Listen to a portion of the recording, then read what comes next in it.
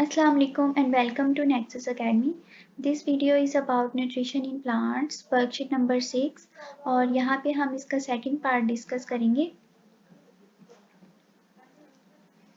यहाँ पे हमारे पास जो फर्स्ट क्वेश्चन है वो ये है कि एक हाइड्रीला की शूट को लिया गया और उसे बॉइलिंग ट्यूब के अंदर डाला गया जिसमें पौंड का वाटर ऐड किया और उसके ऊपर उन्होंने एक लैंप को लगाया 60 वॉट का 25 सेंटीमीटर डिस्टेंस पे रखकर और oxygen probe was put into the boiling tube के अंदर एक ऑक्सीजन प्रोब रखा गया ताकि ऑक्सीजन की कंसंट्रेशन को चेक करें जो एक्सपेरिमेंट के दौरान प्रोड्यूस होती है और ऑक्सीजन की कंसंट्रेशन को 5 मिनट और 10 मिनट के वक्फे से चेक किया गया।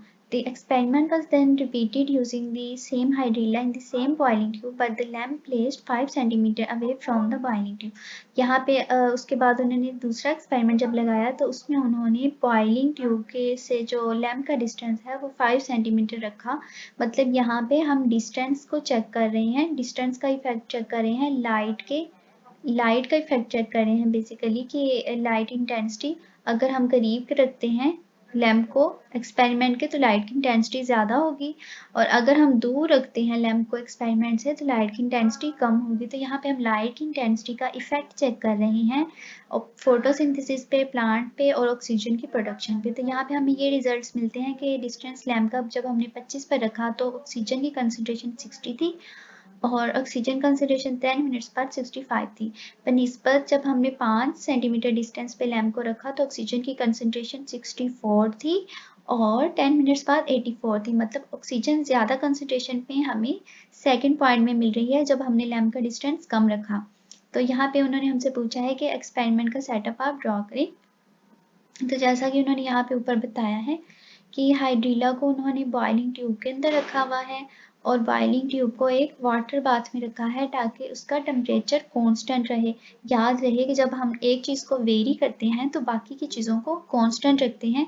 यहाँ पे चूंकि हम डिस्टेंस वेरी कर रहे हैं, लाइट इंटेंसिटी को वेरी कर रहे हैं, तो हम टेम्परेचर को कांस्टेंट रखेंगे। उसके लिए हम वाटर बाथ यूज़ कर रहे हैं। इस सेटअप को उन्होंने कनेक्ट किया ऑक्सीजन सेंसर्स के साथ और ऑक्सीजन सेंसर्स का डाटा कंप्यूटर डिटेक्ट करेगा। यहाँ पे इसके अंदर टेम्परेचर को कांस्टेंट रखने के लिए, उसको चेक करने के लिए थर्मामीटर भी ऐड किया और यहाँ पे साइड पे लैंप ऐड किया। यहाँ से इसका हम डिस्टेंस चेंज कर सकते हैं। नेक्स्ट क्वेश्चन में पूछा गया है कि based on the results of this experiment explain the effect of light intensity on oxygen production.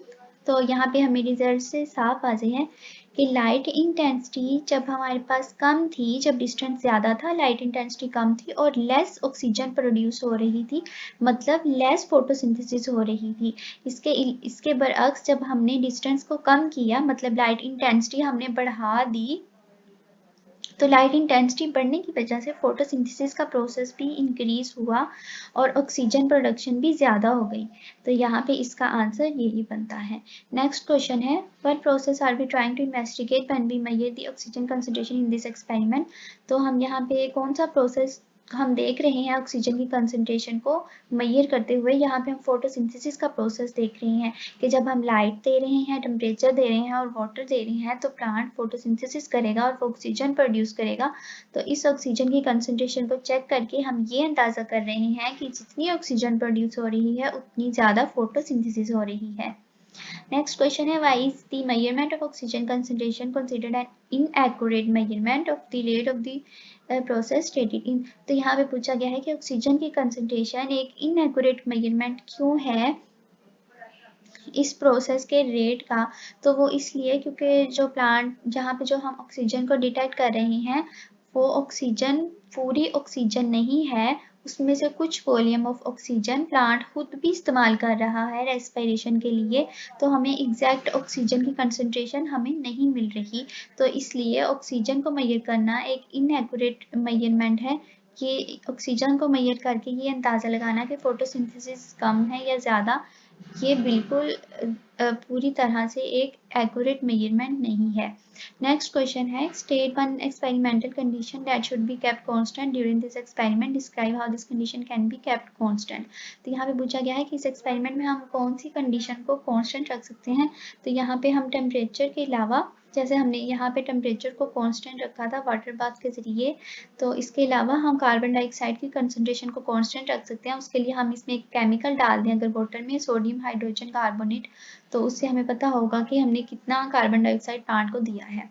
Next हमसे पूछा गया है कि photosynthesis takes place mostly in the leaves of the plants. Photosynthesis leaves में होती है, और जो लीव्स का जो लैमिना होता है, लैमिना मतलब लीफ की जो ऊपर वाली सरफेस, इसे लीफ लैमिना बोलते हैं, वो वाइड होता है और थिन होता है, जैसा कि दिखाया गया है। Name the cells in the leaf where most photosynthesis takes place. तो लीफ के उन सेल्स के बारे में बताएं जहाँ पे ज्यादा फोटोसिंथेसिस होती है, तो उन्हें मीजोफिल सेल्स कहते हैं। मीजोफिल सेल्स में ज़्यादा फोटोसिंथेसिस होती है, और मीजोफिल सेल्स की दो टाइप्स होती हैं, स्पॉन्जी मीजोफिल्स और पैलिसेड मीजोफिल्स। और पैलिसेड मीजोफिल्स में फोटोसिंथेसिस का प्रोसेस स्पॉन्जी मीजोफिल्स की निस्बत ज़्यादा होता है। Which tissue in the leaf supplies water to the cells for photosynthesis. तो फोटोसिंथेसिस के लिए जो टिश्यू पानी फ्राहम करता है उसका नाम जाइलम है। Explain how having a wide lamina helps the leaf to photosynthesise. Wide lamina अगर होगा, मतलब अगर लैमिना लीफ का चौड़ा है उसकी सरफेस, तो यहाँ पे उसका सरफेस एरिया ज़्यादा है, मतलब ज़्यादा रोशनी उसके ऊपर पड़ेगी, और अगर ज़्यादा रोशनी उसके ऊपर पड़ रही है तो वो ज़्यादा फोटोसिंथेसिस करेगा। नेक्स्ट क्वेश्चन है, explain how having a thin lamina helps a leaf to photosynthesise. तो थिन लैमिना क्यों होना चाहिए? एक तो वाइड होना चाहिए, दूसरा थिन होना चाहिए। थिन इसलिए होना चाहिए क्योंकि जो कार्बन डाइऑक्साइड पौधा जो कार्बन डाइऑक्साइड इस्तेमाल करता है फोटोसिंथेसिस के लिए, अगर तो उसका लैमिना थिन है, यहाँ पे हम सपोज कर लेते हैं कि ये थिन लैमिना है और ये थिक लैमिना है, तो थिन लैमिना के अंदर कार्बन डाइऑक्साइड को टिश्यूज के अंदर और सेल्स के अंदर पास करना लीफ के अंदर आसान है बनिस्बत थिक के। यहाँ पे उसको ज़्यादा टाइम लगेगा और ज़्यादा मुश्किल है उसके लिए वाइट लैमिना के अंदर हर सेल को कार्बन डाइऑक्साइड प्रोवाइड करना, तो थिन लैमिना के अंदर फोटोसिंथेसिस ज़्यादा होगी। नेक्स्ट क्वेश्चन ये है, but leaves are covered with most leaves are covered with transparent waterproof cuticle, how does this feature aid in photosynthesis. Cuticle कुछ लीव्स के ऊपर होती है, वाटरप्रूफ होती है, तो इसका ये फायदा है कि इसके जरिए जो एक्सेस पानी है जो इवेपोरेशन के जरिए प्लांट से निकलता है वो ज़ाया नहीं होता, और उसको प्लांट स्टोर कर लेता है फोटोसिंथेसिस करने के लिए अपनी मीजोफिल सेल्स में। नेक्स्ट हमारे पास सेक्शन सी है, इसका फर्स्ट क्वेश्चन है, discuss the major adaptations of the leaves for photosynthesis. तो फोटोसिंथेसिस के लिए लीव्स की क्या अडेप्टेशंस हैं, लीव्स ने खुद को किस तरह अडेप्ट किया हुआ है। एक तो उनका पिटियोल होता है, स्टेम के साथ ब्रांचेस होती हैं और ब्रांचेस के साथ पिटियोल होता है। पिटियोल वो पार्ट होता है जहाँ से एक लीफ ब्रांच के ऊपर अटैच होता है। तो यहाँ पे लीव्स की पिटियोल होती है जो जो क्या फायदा देती है लीफ को कि वो अपने स्टेम से थोड़ा दूर हो जाता है, जिसकी वजह से वो ज़्यादा सनलाइट को अब्जॉर्व करता है, और ज़्यादा सनलाइट अब्जॉर्व करेगा तो ज़्यादा फोटोसिंथेसिस करेगा।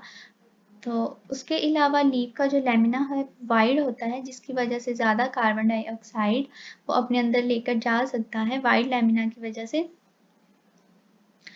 रैपिडली वो अपने इनर सेल्स के अंदर कार्बन डाइऑक्साइड को लेकर जा सकता है, और जिससे ज़्यादा फोटोसिंथेसिस होती है। इसके अलावा लीफ के अंदर नेटवर्क ऑफ वेन्स होता है, छोटी छोटी बहुत सी, जिसे हम कहते हैं veins.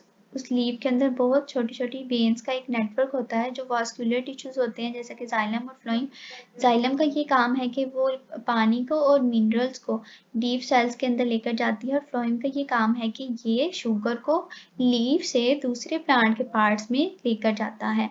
This maintains a concentration gradient, जिसकी वजह से कंसंट्रेशन ग्रेडियंट बनता है और फोटोसिंथेसिस रिएक्शन प्रोसीड होता है। इसके अलावा लीफ के ऊपर वेसिक्यूटिकल होती है, जैसा कि हमने पहले भी पढ़ा था, जो लीफ को एक्सेस वाटर इवेपोरेशन से प्रोटेक्ट करती है कि पानी का लॉस ना हो सके। इसके अलावा जब लीव्स के ऊपर वैक्सी क्यूटिकल होगी और एक्सेस वाटर लॉस नहीं होगा तो विल्टिंग नहीं होगी। विल्टिंग का मतलब होता है मुरझाना, और अगर प्लांट विल्ट कर जाए तो उसका जो सरफेस एरिया है रोशनी को अब्जॉर्ब करने का वो कम हो जाता है, इसलिए वैक्सी क्यूटिकल लीव को विल्ट होने से बचाती है। इसके अलावा स्टोमेटा होते हैं लोअर सरफेस ऑफ लीव्स पे, जो क्या करते हैं सनलाइट के अंदर ओपन हो जाते हैं स्टोमेटा, जहाँ से कार्बन डाइऑक्साइड अंदर आती है और ऑक्सीजन बाहर जाती है फोटोसिंथेसिस करने के लिए। इसके अलावा लीव्स में मेसोफिल सेल्स होते हैं, जिनका क्या काम होता है कि हमने पढ़ा था मेसोफिल सेल्स के अंदर क्लोरोप्लास्ट होता है और क्लोरोप्लास्ट के अंदर क्लोरोफिल होता है और क्लोरोफिल क्या करता है फोटोसिंथेसिस करता है। इसके अलावा मेसोफिल सेल्स जो अपर सरफेस पे होते हैं लीफ के, उनको पेलिसेड मेसोफिल्स कहते हैं। इनके अंदर क्लोरोप्लास्ट ज़्यादा होता है बनिस्बत स्पॉन्जी मेसोफिल्स के, जो लोअर सरफेस ऑफ लीव्स पे होते हैं। तो इसका क्या मतलब है कि लाइट एनर्जी ज़्यादा अब्सॉर्ब होती है लीफ के अंदर अपर सरफेस पे। और इसके अलावा लीव्स के अंदर एयर स्पेसिस होती हैं। एयर स्पेसिस का ये काम है कि ये लोअर रीजन ऑफ लीव्स में जो गैसेस की डिफ्यूजन है, जैसे कि कार्बन डाइऑक्साइड जो लीफ अपने अंदर लेकर जाता है, उनको इजी बनाती हैं ताकि वो cell to cell mesophyll cells में ट्रांसफर हो सके एयर फोटोसिंथेसिस करने के लिए। नेक्स्ट क्वेश्चन है describe an experiment to show the effect of temperature on the rate of photosynthesis. तो यहाँ पे हमने टेम्परेचर का इफेक्ट चेक करना है फोटोसिंथेसिस के रेट पे। तो इसके लिए हम क्या करेंगे, सबसे पहले एक हाइड्रीला प्लांट लेंगे। हाइड्रीला प्लांट वो है जो पानी के अंदर सबमर्ज होकर भी ये फोटोसिंथेसिस कर सकता है। तो हाइड्रीला प्लांट को हम पानी के अंदर रखेंगे और उसकी लेंथ लेंगे हम 5 सेंटीमीटर। यहाँ पे अगर हमने टेम्परेचर को चेंज करना है तो हम बाकी के सारे फैक्टर्स को कांस्टेंट रखेंगे, जैसा कि लाइट वगैरह। तो यहाँ पे हमने एक बॉइलिंग ट्यूब के अंदर रखा हमने प्लांट को, उसके अंदर हमने कार्बन डाइऑक्साइड की कंसंट्रेशन को कांस्टेंट रखने के लिए कि कार्बन डाइऑक्साइड चेंज ना हो, हमने सोडियम हाइड्रोजन कार्बोनेट का सोल्यूशन बना के उसके अंदर हाइड्रीला को रखा। और उसके अलावा हमने हाइड्रीला का जो प्लांट कट किया था, उसका जो कटेड पोर्शन था उसको हमने ऊपर वाली साइड पर रखा और उस बॉइलिंग ट्यूब को हमने एक वाटर बाथ के अंदर रखा। वहाँ पे हमने थर्मामीटर रखा ताकि हम टेम्परेचर को वेरी कर करके उसका इफेक्ट फोटोसिंथेसिस पे चेक कर सकें। और उसको इफेक्ट चेक करने के लिए हमने थर्मामीटर ऐड किया। उसके बाद हमने एक लैंप लिया 60 वाट का और उसको 10 सेंटीमीटर डिस्टेंस पे रखा प्लांट के। यहाँ पे हमने जो लैंप का डिस्टेंस है वो भी कांस्टेंट रखना है। एक तो हमने कार्बन डाइऑक्साइड को कांस्टेंट रखना है और दूसरा हमने लैंप का डिस्टेंस प्लांट से कांस्टेंट रखना है, मतलब लाइट इंटेंसिटी को भी कांस्टेंट रखना है, क्योंकि हम यहाँ पे टेम्परेचर को वेरी कर रहे हैं, टेम्परेचर को कम ज़्यादा करेंगे। तो यहाँ पे हमने आइस क्यूब्स को और कोल्ड वाटर को हम वाटर बाथ के अंदर ऐड करते जाएंगे टेम्परेचर को चेंज करने के लिए। सबसे पहले हम 5 डिग्री सेल्सियस टेम्परेचर चेक करेंगे और उस पे प्लांट को थोड़ा टाइम देंगे ताकि वो खुद को स्टेबल कर सके प्रोवाइडेड कंडीशंस के लिहाज से। और उस हम कंडीशंस के लिहाज से प्लांट का इफेक्ट चेक करेंगे फोटोसिंथेसिस पे कि कितने एयर बबल्स प्रोड्यूस हो रहे हैं और कितनी फोटोसिंथेसिस का रेट है। इसके बाद हम इसी एक्सपेरिमेंट को दोबारा से रिपीट करेंगे, इसी एक्सपेरिमेंट को हम रिपीट करेंगे जिसमें डिफरेंट टेम्परेचर इस्तेमाल करेंगे। जैसा कि पहले हमने 5 डिग्री सेल्सियस किया था, उसके बाद हम 15, 25, 35, 45, 55, 65 और 75 पर टेम्परेचर का इफेक्ट चेक करेंगे फोटोसिंथेसिस पे कि इस टेम्परेचर पर कितने एयर बबल्स प्रोड्यूस होते हैं। और उसके बाद हम अपने रिजल्ट्स रिकॉर्ड करेंगे और अपना टेम्परेचर का इफेक्ट चेक करेंगे फोटोसिंथेसिस पे। नेक्स्ट हमारे पास क्वेश्चन ये है, discuss why the following statement is true, temperature will only increase the rate of photosynthesis to a certain extent, at very high temperature the rate of photosynthesis will decrease. तो यहाँ ये पूछा गया है कि ये एक स्टेटमेंट ट्रू है, तो ये स्टेटमेंट ट्रू क्यों है, आप इसको एक्सप्लेन करें। स्टेटमेंट ये है कि टेम्परेचर इंक्रीज कर देता है फोटोसिंथेसिस का रेट, लेकिन एक खास टेम्परेचर पहुँचने पर अगर हम टेम्परेचर को और भी ज़्यादा बढ़ा देंगे तो इससे रेट ऑफ फोटोसिंथेसिस कम हो जाएगा। तो ऐसा क्यों होगा, वो इसलिए क्योंकि फोटोसिंथेसिस एक एंजाइम कैटालाइज्ड रिएक्शन है, मतलब ये ऐसा प्रोसेस है जिसमें एंजाइम्स इन्वॉल्व हैं। तो हमें पता है कि जिस प्रोसेस में एंजाइम्स इन्वॉल्व होते हैं वो टेम्परेचर सेंसिटिव होता है और पीएच सेंसिटिव होता है और उसे ऑप्टिमम टेम्परेचर कंडीशंस चाहिए होती हैं। तो शुरू में तो जब हम थोड़ा टेम्परेचर बढ़ाएंगे तो एंजाइम्स की और सबस्ट्रेट के मॉलिक्यूल्स की कोलिजन बढ़ेगी, मतलब आपस में टकराव बढ़ेगा और वो अच्छे से कम्प्लेक्स बनाएंगे, एंजाइम सबस्ट्रेट कम्प्लेक्स बनाएंगे और रिएक्शन का रेट ज़्यादा हो जाएगा। लेकिन एक खास टेम्परेचर पहुंचने पर भी अगर हम टेम्परेचर को बढ़ाते जाएंगे तो इससे एंजाइम की जो शेप है वो डीनेचर हो जाएगी और सबस्ट्रेट एंजाइम के एक्टिव साइट में फिट नहीं आ पाएंगे और एंजाइम सबस्ट्रेट कॉम्प्लेक्स नहीं बन पाएगा, जिसकी वजह से रेट ऑफ फोटोसिंथेसिस डिक्रीज हो जाएगा। तो यहाँ पे हमारा टॉपिक एंड होता है। नेक्स्ट लेक्चर में हम पढ़ेंगे ट्रांसपोर्ट इन ह्यूमंस। तब तक के लिए अल्लाह हाफिज।